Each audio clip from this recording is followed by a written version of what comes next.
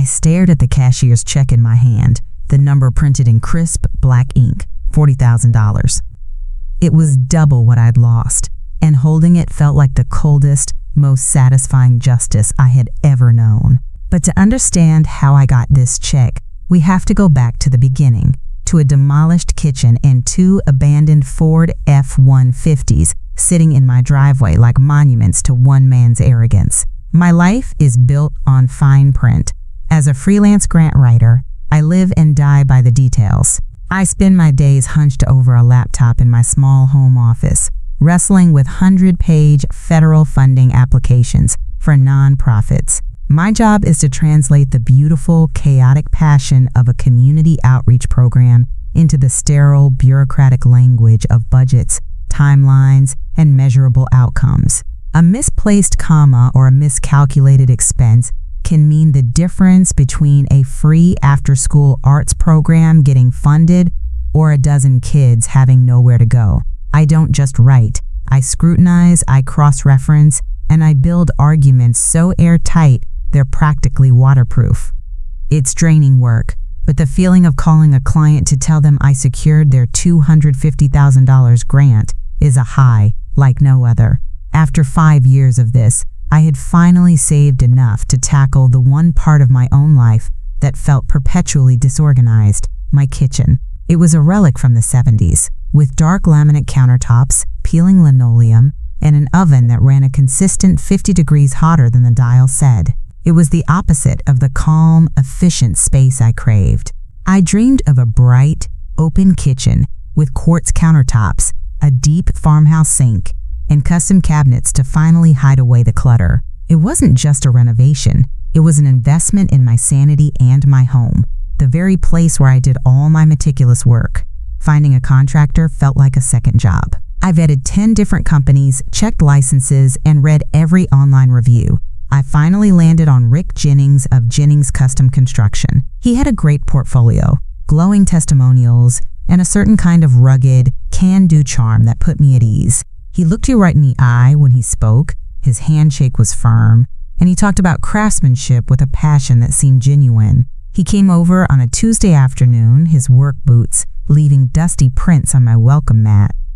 He walked through the kitchen, nodding, making little sounds. "Yeah, I see the vision," he said, leaning against the door frame. "Blow this wall out, open it up to the living room. Big island right here. You've got good bones to work with."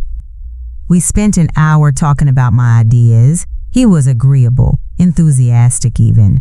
When it came time to discuss the contract, I brought out the proposal he'd sent, along with a single-page addendum I had drafted myself. "This all looks great, Rick," I started, trying to sound casual. "I just have one small addition I'd like to make." My father was a lawyer, and he drilled into me the importance of having clear terms for every possibility. He took the paper from me, his smile unwavering. "All right, let's see what you've got." He scanned it, his eyes moving a little too quickly over the text. I knew he wasn't really reading it. I'd spent 2 days perfecting the language, borrowing clauses from industrial equipment leases and adapting them. "I was just looking at your payment schedule," I explained, pointing to a line in his original contract. "It's a $20,000 deposit to cover materials and initial labor. That's a lot of capital to have tied up." My addendum just formalizes the project timeline and adds a collateral clause. It basically says that if the project is abandoned for more than 10 consecutive business days, any equipment or materials left on my property are considered forfeited to cover the cost of securing a new contractor and recouping my deposit. Rick let out a short, breathy laugh, the kind a man uses when he finds something cute but a little silly. "Honey, you don't need to worry about that with me. I finish my jobs. That's why people hire me." He tapped the paper with his forefinger. "But hey, if it makes you feel better, I'll sign it. Happy client, happy life, right?" "It would make me feel better," I said, my voice flat. "It's just a formality." "No problem at all," he said, grabbing a pen from his shirt pocket and scribbling his signature at the bottom without a second glance at the clause he was initialing. "See? Easy. Now let's talk about the fun stuff. Have you decided on a backsplash?" He was so smooth, so confident, He brushed off my diligence as the nervous tick of an anxious woman, a formality to be indulged before getting back to the fun stuff. He had no idea that the paragraph he just initialed wasn't a formality. It was a promise. And more than that, it was a perfectly crafted, legally binding trap. The first week was a whirlwind of exhilarating destruction. On Monday morning, 2 Ford F-150s, one a dusty white and the other a faded blue, pulled into my driveway. Rick hopped out of one, a younger guy the first assumed was his apprentice out of the other. They were his workhorses, he'd told me, filled with every tool they could possibly need. That morning, I logged into my bank account and wired the $20,000 deposit to the account number on his invoice. Seeing that much of my hard-earned savings vanish in a single click was terrifying, but the sound of the sledgehammer crashing into my old laminate countertops a few minutes later was the most thrilling sound I'd ever heard. By Wednesday, my kitchen was gone. It was a cavernous, dusty shell of studs and exposed wiring. The old linoleum was scraped away, revealing the bare subfloor. It was progress. It was chaos, but it was the kind of chaos that precedes creation. Rick was there every day, that same can-do smile on his face, promising me the drywall guys were coming Friday and the cabinets would be delivered the following week. On Thursday, he and his apprentice packed up their tools a little early. "Gotta go, quote, another job," he said, wiping sweat from his brow. "We'll be back tomorrow to clean up this last bit of debris." They never came back. Friday was silent. I told myself he was just busy, that the other quote ran long. By Monday, a knot of pure dread had formed in my stomach. I called him. It went straight to voicemail. "Hey Rick, just checking in on the plan for this week. Give me a call." I sent a text. No reply. Tuesday, I called again. Voicemail. Wednesday, same thing. The 2 F-150s Saturday in my driveway, silent and immovable. The dust from the demolition had settled, coating everything in a fine gray powder. My house, once a sanctuary of order, now felt like a wound. Each day was a fresh twist of the knife. I'd wake up, walk into the living room, and be confronted by the gaping hole where my kitchen used to be. It's a special kind of violation, having your home torn apart and then abandoned. It's a feeling I wouldn't wish on my worst enemy. And if you're following this story and haven't already, maybe take a second to subscribe, because you're going to want to see how someone can be pushed this far and decide to push back. By the following Thursday, 9 business days since I'd last seen him, I was living on takeout food and a cold, simmering rage. The 10-day clause in my addendum was no longer a hypothetical safety net. It was a countdown timer. On the 11th day, a car I didn't recognize pulled up. It was Rick. He got out, not in his work clothes, but in jeans and a clean polo shirt. He didn't even look at the house. He walked straight to the passenger side of the white F-150, opened the door, and started rummaging around inside. My heart hammered against my ribs. I threw open my front door and walked out onto the porch. "Rick?" He flinched, then slowly straightened up, holding a pair of sunglasses. He put them on, as if the cloudy afternoon sun was too bright. "Hey there! Just came to grab my shades." "Your shades?" I said, my voice dangerously calm. "It's been 11 business days, Rick. The project is abandoned. My kitchen is destroyed. You have $20,000 of my money, and you came for your sunglasses?" He finally looked at me, and the charming can-do contractor was gone. In his place was a man with cold, flat eyes. He leaned against the truck, crossing his arms. "Look, we had a little cash flow problem on another job. It happens. I'll get back here when I can." "When you can?" I could hear my voice rising. "My contract, the one you signed, says the project is considered abandoned after 10 days. You forfeited your deposit, Rick." He let out that same condescending laugh from the day he signed the addendum. "Oh, that little piece of paper? Honey, that won't hold up. That's not how it works." "That's exactly how it works," I said, my hands clenched into fists. "I want my money back. I worked for 5 years for that money. I needed to hire someone to fix what you did." He pushed himself off the truck and took a step toward me. His smile was a sneer. "The money's gone, spent, and you're not getting it back." He looked past me, at the gaping hole in my house, then back at my face. "You know, you want this perfect, fancy kitchen, this perfect little life.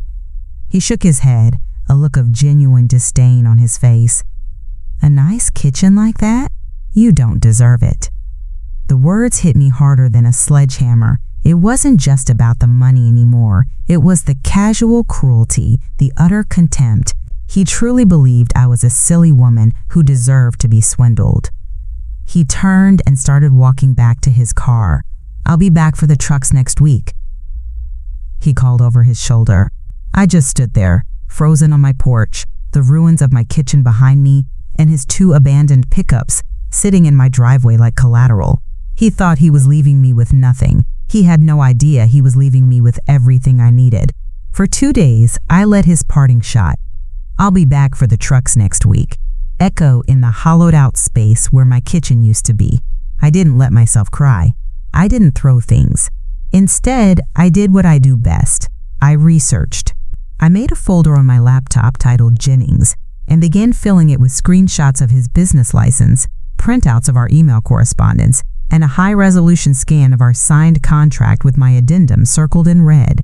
I was building a case, preparing for a battle I hoped I wouldn't have to fight. My plan was to make one last, reasonable attempt. No anger, no accusations. Just a simple, logical appeal to his self-interest. Getting lawyers involved would be expensive and time-consuming for both of us. A clean break was the most efficient solution. I rehearsed the conversation in my head, trimming away the emotion until only the facts remained. On Wednesday morning, I called him. It rang once, twice, then went to voicemail. Of course, I hung up, waited a beat, and called again from my VoIP number, the one I use for work, which shows up as an unknown caller.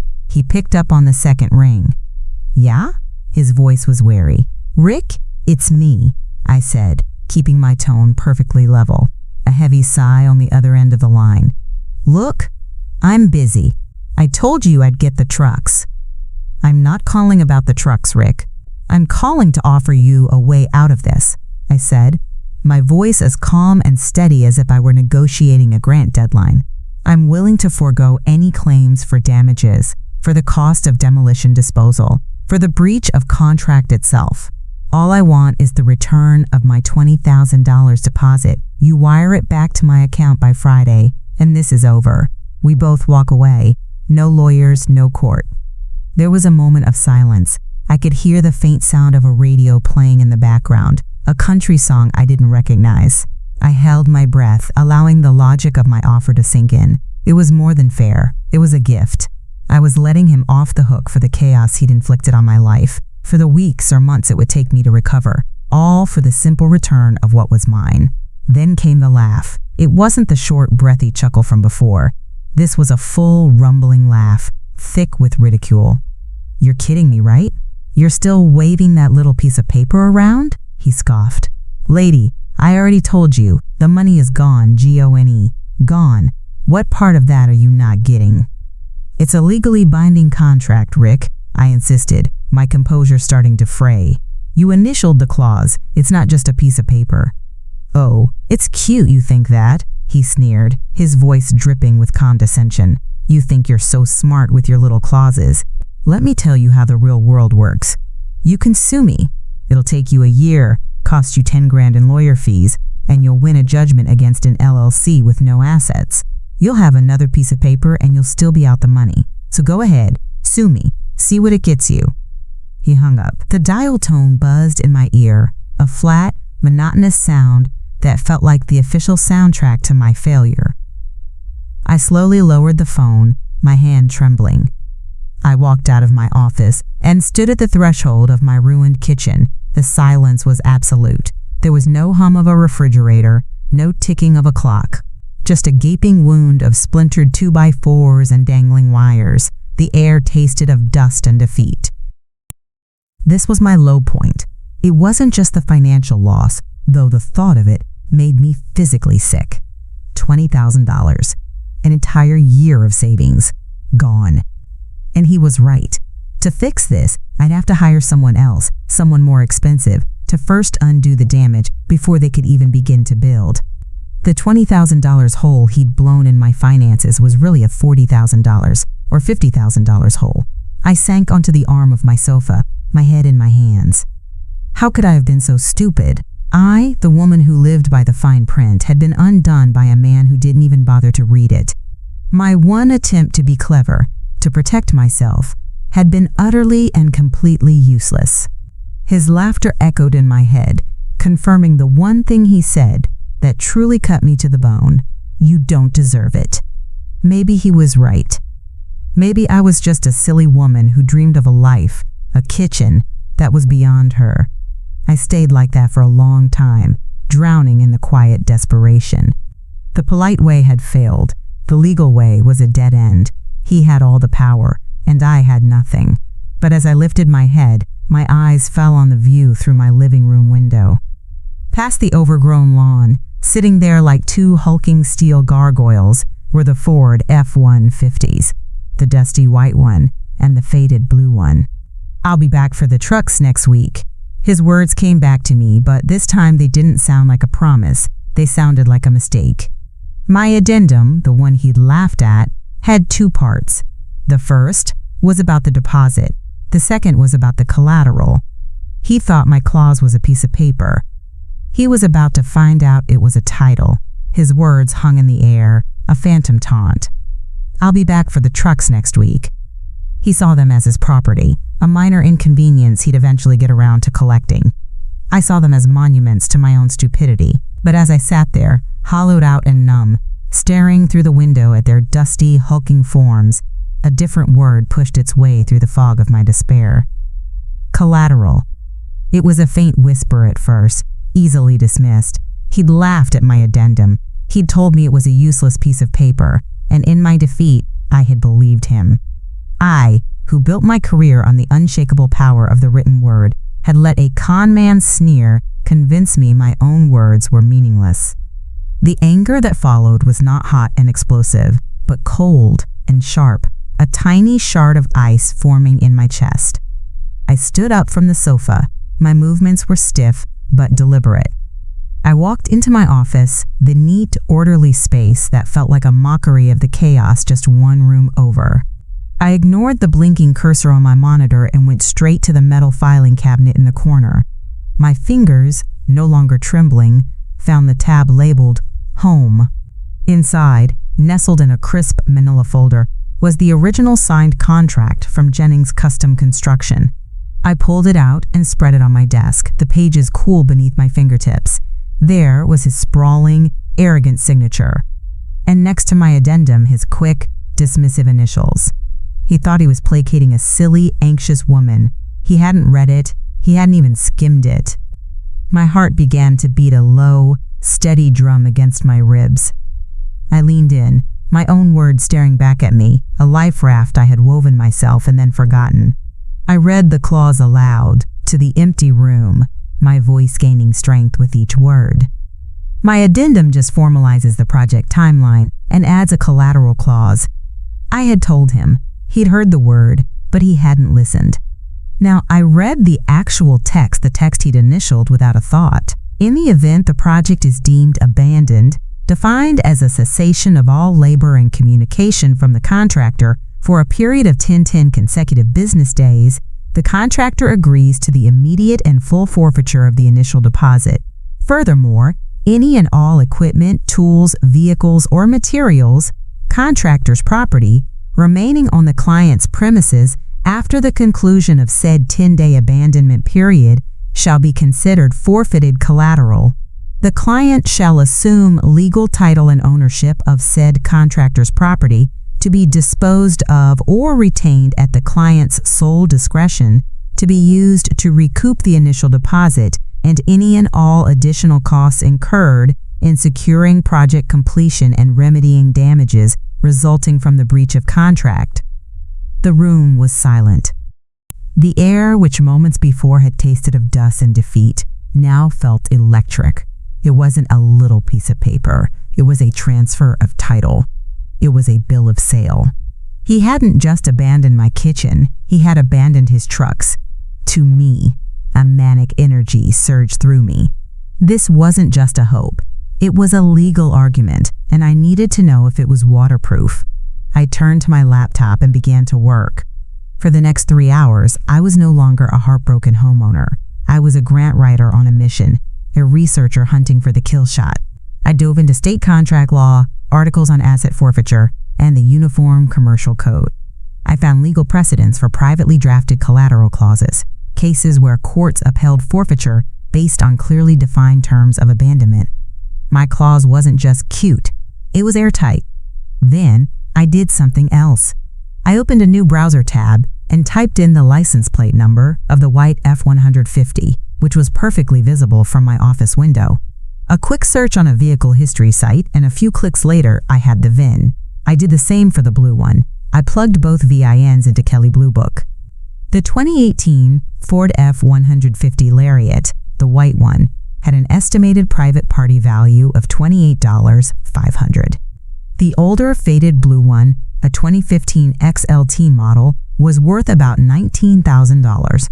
Combined, the two trucks sitting in my driveway were worth approximately $47,500. I leaned back in my chair, the numbers glowing on the screen. The ice shard in my chest had expanded into a glacier of cold, hard certainty. Rick had stolen $20,000 from me, and in his arrogance, in his utter dismissive contempt for my intelligence, he had left me with $47,500 worth of leverage.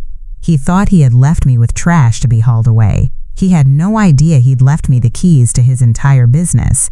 The despair was gone. The self-pity had evaporated. In its place was a focus so sharp it felt like a blade. He was right about one thing. Suing him would be a fool's errand. A judgment against an empty LLC was worthless. But I didn't need to sue him. I didn't need a judge. He had already signed the verdict himself. He thought I didn't deserve a nice kitchen. He was about to find out what I thought he deserved. He wasn't coming back for his trucks next week. He was going to come back to buy them for me. The next morning, I woke up not to the familiar dread, but to a singular crystalline purpose. The rage and despair had burned away, leaving behind the cold, clean mechanics of a project plan. My kitchen was still a disaster zone, but I no longer saw it as a wound. It was evidence. The two trucks in my driveway were no longer gargoyles. They were assets. My objective was simple: convert those assets into cash. I spent the first hour of the day at my desk, not with coffee, but with a legal pad and my favorite pen. I was back in my element. At the top of the page, I wrote, JCC Asset Liquidation. Below it, I mapped out the phases. Phase 1, solidify legal ownership. Phase 2, liquidate assets. Phase 3, recoup losses and damages. I was no longer a victim. I was a project manager on the most important grant of my life. Phase 1 required a level of bureaucratic navigation that would make most people give up. It only fueled me.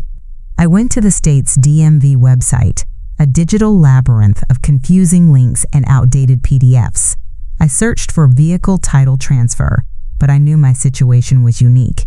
I refined my search: mechanics lien, abandoned vehicle, involuntary transfer, and finally, collateral forfeiture.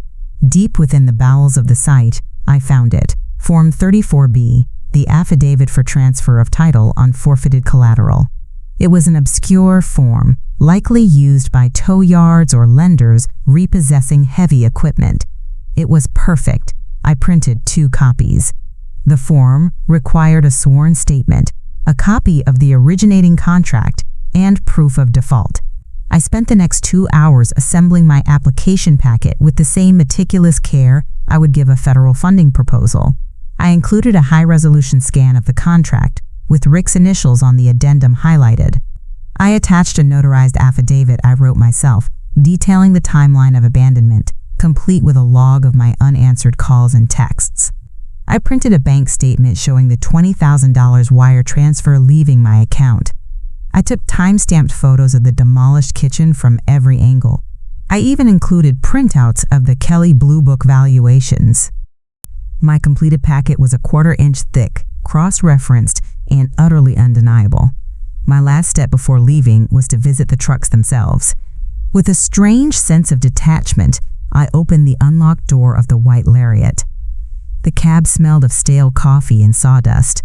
The glove box contained a mess of old receipts, a half-eaten bag of jerky, and the vehicle's registration. I took a photo of the registration and the VIN plate inside the door, then did the same for the blue XLT. I had everything I needed. At the DMV, the air was thick with the usual scent of quiet desperation. I took a number and waited, my packet resting heavily in my lap. When my number was called, I approached a woman with tired eyes and a name tag that read, Brenda. I slid the entire packet under the glass. I need to process an involuntary title transfer for 2 vehicles, based on a contractual collateral forfeiture, I said, my voice even. Brenda blinked, picking up the top page. A what? She flipped through the documents, her expression shifting from boredom to confusion. Ma'am, for a title transfer, you need the title signed by the owner. The owner is in breach of the attached contract, I explained calmly, pointing to the relevant clause through the glass. Per the terms he initialed, ownership was forfeited to me as of 10 business days post-abandonment. According to my research, State Vehicle Code 422.9 allows for this transfer with a completed Form 34B and supporting documentation. Brenda stared at me, then at the mountain of paper. She let out a long sigh and picked up her phone, mumbling into the receiver. A moment later, a supervisor appeared. He was a man with a graying mustache who looked like he'd seen it all. He took the packet and began to read. He didn't skim. He read every word, his eyes moving from the contract to my affidavit to the photos. I stood in silence, my heart a steady, patient drum. I had built my case. It was airtight. After 10 minutes that felt like an hour, he looked up at me. He tapped the stack of papers. You're a grant writer or something? Something like that, I said. He nodded slowly, a flicker of professional respect in his eyes. All right, he said to Brenda. Process it. She's got her ducks in a row. An hour later, I walked out of the DMV and into the bright afternoon sun, clutching 2 temporary title certificates. The state of New York now officially recognized me as the legal owner of 1 white 2018 Ford F-150 and 1 blue 2015 Ford F-150. As I slid into my own car, my phone buzzed with a text from an unknown number. It was him. Hey, running behind on a job. I'll grab the trucks on Saturday. Make sure the gate's unlocked. I read the message, his casual arrogance still potent, still dripping with the assumption of his own power. He thought he was giving me an update. He had no idea he was confirming his own mistake one last time. I looked from the glowing screen to the official state documents in my hand. A slow, cold smile spread across my face. I didn't reply. I just turned my car on, the engine humming with a promise of what was to come. The preparation was over. The trap was set.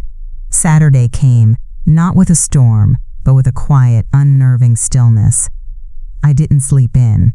I was up at 6, sitting at my dining room table with a cup of coffee, staring out the window at the 2 trucks. They looked different in the pale morning light, less like monuments to his arrogance and more like trophies I had already won. My trap wasn't just set. My prey had already texted me his exact time of arrival. At 9:15 a.m., a beat-up sedan I didn't recognize pulled up to the curb. Rick got out of the passenger side, wearing the same jeans and polo shirt from before. The younger guy who'd been his apprentice got out of the driver's side. They were here to caravan the trucks away, to erase the last evidence of his presence. Rick strode onto my lawn with the unearned confidence of a man who believes the world owes him something. He didn't even glance at the house. I opened my front door and stepped onto the porch, folding my arms. I'd placed the 2 temporary title certificates in a crisp, manila folder, which I held loosely in one hand. "Morning, Rick," I said. My voice was calm, carrying easily in the quiet air. He stopped, his hand halfway to the driver's side door of the white Lariat. He gave me a tight, annoyed smile. "Told you I'd be here. Just getting my stuff out of your way." "That's the thing," I said, taking a slow step down onto the walkway, closing the distance between us. "It's not in my way, and it's not your stuff." His apprentice, who had been heading for the blue truck, stopped and looked between us, confused. Rick let out a weary sigh, the kind one reserves for a persistent child. "Look, I don't have time for this. We're done here. I'm taking my trucks."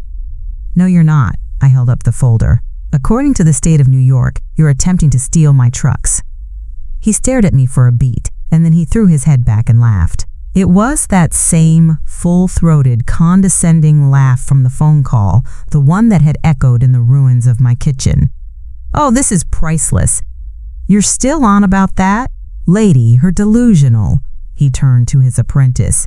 "Get in the blue one. Let's go." He pulled a key from his pocket and unlocked the Lariat's door. "I wouldn't do that," I said, my voice dropping, losing its neighborly calm and taking on the sharp, cold edge of a blade. He paused, his hand on the handle. I opened the folder and pulled out one of the title certificates, holding it up so he could see the official state seal. "On the 11th business day of your abandonment, as per the addendum you initialed, legal title of all equipment left on my property was forfeited to me." I recited, my voice a merciless metronome of facts. I filed a Form 34B, an affidavit for transfer of title, on forfeited collateral with the DMV. It was approved. These trucks, VIN ending in 7,492 and 5,833 respectively, are now legally registered in my name. If you put your key in that ignition, I will call 911 and report you for grand theft auto. The laughter died on his lips. The sneer dissolved. He stared at the paper in my hand, his eyes wide, the color draining from his face. The charming, can-do contractor was gone. The cold-eyed swindler was gone. In their place was a man watching his entire world crumble in the space of a 30-second monologue. You can't do that," he stammered, his voice a hoarse whisper. That's not real." "It's as real as the $20,000 you stole from me," I said, stepping closer until I could see the panic flickering in his eyes. "It's as real as the hole in my house. You thought my claws was cute. You thought I was a silly woman you could intimidate and ignore. You didn't read the fine print, Rick. I live by the fine print."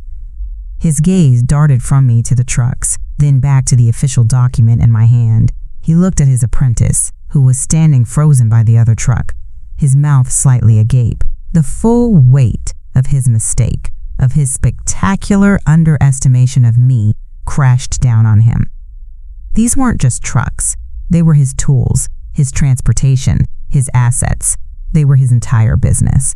And he had handed them to me on a silver platter, signed, initialed, and delivered. "Please," he breathed, the word cracking with desperation. "Those trucks, that's my whole livelihood. You can't just take them." "I didn't just take them. You gave them to me." I corrected him. I slid the title back into the folder with a soft, final rustle. "You thought I didn't deserve a nice kitchen. And maybe you're right, but I've decided what you deserve." I looked him straight in the eye, letting him drown in the silence. "I want my $20,000 back, and another $20 for damages, for the cost of hiring a real contractor to fix your mess, and for the sheer, unmitigated hell you've put me through. $40,000. You will get me a cashier's check for that amount, and when I have it in my hand, I'll consider selling you your trucks back. Consider it." He just stood there, speechless, his face a mask of pure horror. He had walked onto my property that morning believing he held all the cards. Now he knew the truth. He had walked right into a cage I had built, and the door had just snapped shut behind him.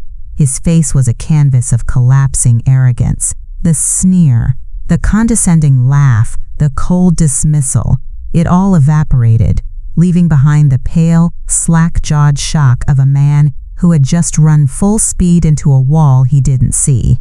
His apprentice, a kid who couldn't be more than 20, took a hesitant step forward. "Rick, what's she talking about?" "Shut up. Just shut up," Rick snapped, not taking his eyes off me. He took a shaky breath, trying to reassemble some semblance of control. "Okay, look. This is crazy. 40,000? I don't have $40,000. "That sounds like a personal problem," I said, my voice devoid of any sympathy. "You had 20,000 of my dollars just a few weeks ago. The other 20,000 is for damages. For the demolition, the disposal, For the premium, I'll have to pay another contractor to clean up your mess. It's for the lawsuit I won't have to file." I paused, letting the word hang in the air between us. "Consider it a severance payment. You've been terminated." He flinched as if I'd struck him. The last vestiges of his bravado crumbled, replaced by a raw, pathetic desperation. "Please," he begged, his voice cracking. He took a step toward me, his hands held up in a gesture of surrender. "Listen to me. You can't do this. Those trucks, that's everything. That's how I feed my family. I have kids. This will ruin me." The plea was designed to find some soft, empathetic part of me and pry it open, but he had already excavated all of that, leaving nothing but studs and wiring. I didn't even blink. "You should have thought about your family before you took my money and destroyed my home," I said, my voice as cold and hard as the quartz countertops I had once dreamed of. "You didn't seem too concerned about ruining me when you were laughing on the phone. You thought it was cute. Do you still think it's cute, Rick?" He winced, shaking his head. No, I'm sorry, okay? I'm sorry. I can get you the $20,000 back. I'll have to move some things around, but I can get it. But 40? I can't. There's no way." He was negotiating. He still thought this was a negotiation. I let the silence stretch, then slowly turned my gaze to the white lariat. "You know, it's funny the things you learn when you're forced to become an expert in asset forfeiture," I mused, more to myself than to him. To process the title transfers, I had to provide copies of the vehicle registrations. The one for the blue XLT is current, but the one for this lariat, it expired 3 months ago. A new kind of fear flickered in his eyes. It was the fear of a man realizing his opponent knows more than he thought. "Driving with a lapsed registration is a fine," I continued, my tone conversational, as if discussing the weather. "Having an unregistered vehicle towed from my property would be a hassle. And then there's the matter of filing a formal complaint with the state licensing board against a contractor who engages in fraudulent practices and operates unregistered commercial vehicles. That's a whole different level of problem. So much paperwork." I looked back at him, my expression flat. "But like I said, I'm a very busy woman. I don't have time to pursue every single violation. I just want this to be over." This was the final turn of the screw. He wasn't just dealing with a vengeful homeowner anymore. He was dealing with a bureaucratic nightmare I was holding at bay. He was staring at the complete and total implosion of his professional life. He looked from the truck to my face, his mouth opening and closing silently. He was trapped, and he knew it. The cage was locked, the key melted down. "Here are the terms," I said, my voice now crisp and final.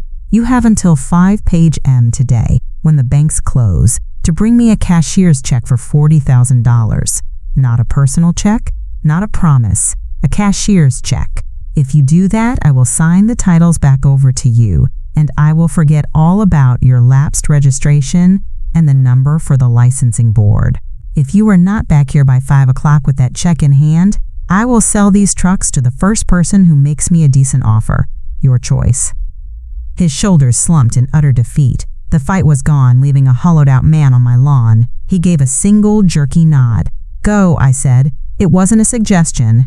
It was a command. He turned without another word, shambling back to the sedan like an old man. His apprentice, looking terrified, scrambled into the driver's seat. As the car pulled away from the curb, I stood on my walkway, the manila folder still in my hand. I had won. It wasn't the joyful, triumphant victory I might have imagined. It was cold, grim, and deeply, deeply satisfying. I had taken his contempt and his arrogance and forged them into a weapon, and I had just used it to get my life back. At 4:47 p.m., the beat-up sedan reappeared. I had spent the day in a state of suspended animation, watching the clock, a cold knot of anticipation tightening in my stomach. The car parked in the exact same spot at the curb. Rick got out of the passenger side alone. He looked smaller, diminished, as if the last several hours had physically compressed him. He walked up the driveway with the slow, heavy steps of a man on his way to his own execution. He didn't look at me until he was standing a few feet away. His eyes were hollowed out, red-rimmed. He didn't say a word. He just held out a folded piece of paper. I took the cashier's check from his trembling hand. I unfolded it. The number was printed in crisp, black ink, $40,000. It was double what I'd lost, and holding it felt like the coldest, most satisfying justice I had ever known. It was the physical proof that my words, my clauses, my meticulous, obsessive attention to detail had weight in the real world. They had the weight of $40,000. The titles, he rasped, his voice a dry whisper. I nodded, pulling the manila folder from under my arm. I had brought out a small folding table and a pen. Without a word, I laid the 2 title certificates on the table, signed my name on the seller's line for each, and pushed them toward him. He snatched them up like a starving man grabbing bread, his eyes never leaving the paper. He turned and shambled back to the car, clutching the titles to his chest. He didn't look back. I watched as his apprentice drove the 2 trucks out of my driveway, one after the other, leaving behind nothing but empty space and the faint smell of diesel. I never saw Rick Jennings again. Out of a grim sense of curiosity, a few months later I looked up Jennings Custom Construction. The online business listing was gone, his website was a dead link, and his social media pages were deleted. It was as if he'd been scrubbed from the internet. I can only assume that coming up with $40,000 in less than 8 hours gutted his company and whatever personal finances he had. He had built his livelihood on charm and corner cutting, and when confronted with a contract he couldn't charm his way out of, the entire flimsy structure collapsed. He didn't just lose 2 trucks, he lost everything because his entire business was built on a lie, and I had simply handed him the bill. The first $20,000 went exactly where it was supposed to, into the hands of a new contractor. This time, I hired a woman-owned firm with a reputation for being obsessively organized. The other $20,000? That was my reclamation fund. It turned my disaster into an opportunity. It became the bright, polished quartz countertops I dreamed of. It was the deep farmhouse sink where I now wash my coffee mug each morning. It was the custom, floor-to-ceiling cabinets that hold everything in its proper place. My kitchen is finished now. It's a bright, open, beautiful space, flooded with morning light. It's the calm, efficient heart of my home. Every time I walk into it, I'm not just reminded of a renovation. I'm reminded of what I'm capable of. Rick was right about one thing. I wanted a perfect kitchen and a perfect little life. He just didn't realize I was willing to burn down his world to build mine. He told me I didn't deserve it. But standing here now in this room that I fought for, I know the truth. I earned it. This whole ordeal taught me that sometimes the only person who will truly fight for you is you. And the best weapons aren't always the loudest. Sometimes they're hidden in the fine print. If you found yourself rooting for the fine print to win, you might want to stick around and subscribe. You never know when you'll need a reminder of how to write your own victory.